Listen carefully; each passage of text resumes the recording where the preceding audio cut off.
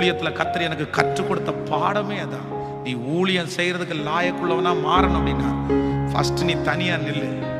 நீ நின்று நீ தரிசனத்தை சுமந்து நீ நல்லா கஷ்டப்பட்டு என்ன பண்ற, என்ன செய்யற, உன்னை எப்படி நடத்துறேன் எல்லாத்தையும் புரிஞ்சுக்கோ. அதுக்கப்புறம் உன் கூட லட்சங்களை ஆயிரங்களை கொண்டு வந்து சேர்ப்பேன். இன்னைக்கு கர்த்தர் அப்படிதான் எனக்கு செஞ்சுட்டு இருக்குது. கிட்டத்தட்ட ஒரு 7 ஆண்டுகள் என்னை தனியவே நிக்க வச்சார். யாருமே இல்லாம அத்தனை சொந்தங்கள் அத்தனை நண்பர்கள் இருந்த போதிலும் கர்த்தர் என்ன தனியவே. இன்னைக்கு இங்க இருக்கிற யாரையோ ஒருத்தரை, இந்த வார்த்தையை கேட்கிற யாரையோ ஒருத்தரை கர்த்தர் இந்த சூழ்நிலையில் தான் நடத்துறாரு.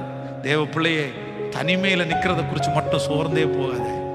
ஆண்டவர் உங்களுக்கு கொடுக்குற ஆசீர்வாதம் ஃபர்ஸ்ட் நம்பர் 1, முதலாவதாக நீங்க தனியா நிக்கிறீங்க அப்படின்னா உங்க கூட 100% கர்த்தர் நிற்கிறார்.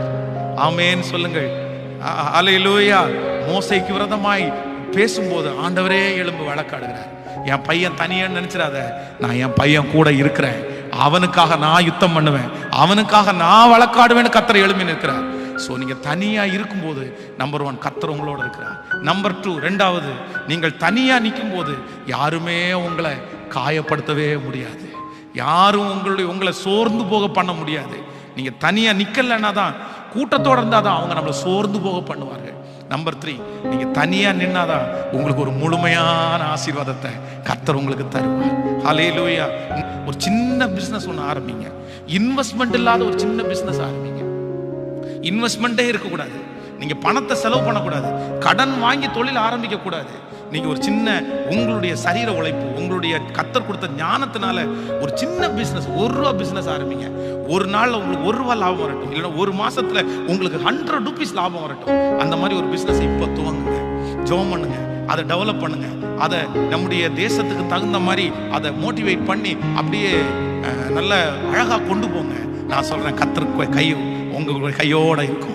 நீங்க இன்னைக்கு தனிமையா இல்லை. ஆண்டவர் இன்னைக்கு நல்லா வாக்கு கொடுக்குறாரு, உங்களோட நான் வர்றேன், உங்களோட கூட நிற்பேன். உங்க கையோட கர்த்தருடைய கை இருக்கும், உங்க பிசினஸோட கர்த்தருடைய பிசினஸ் இருக்கும், உங்களுடைய வருமானத்தோட கர்த்தருடைய வருமானம் இருக்கும். கர்த்தர் உங்களை தனியாய் நின்று கர்த்தர் உங்களை நடத்த போறாரு.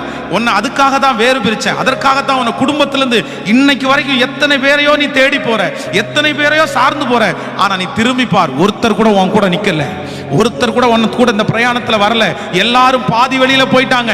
கடைசி வரைக்கும் உன் கூட நிக்கிறது நான் தான். கர்த்தர் இன்றைக்கு தீர்க்க தரிசனமாய் திருவிழம் பற்றுவார். நானே உன் கூட கடைசி வரைக்கும் நிப்பேன்னு கர்த்தர் சொல்றேன். இதுவரைக்கும் நிக்காதவங்களை நீங்க தேட வேண்டாம். ஹல்லேலூயா.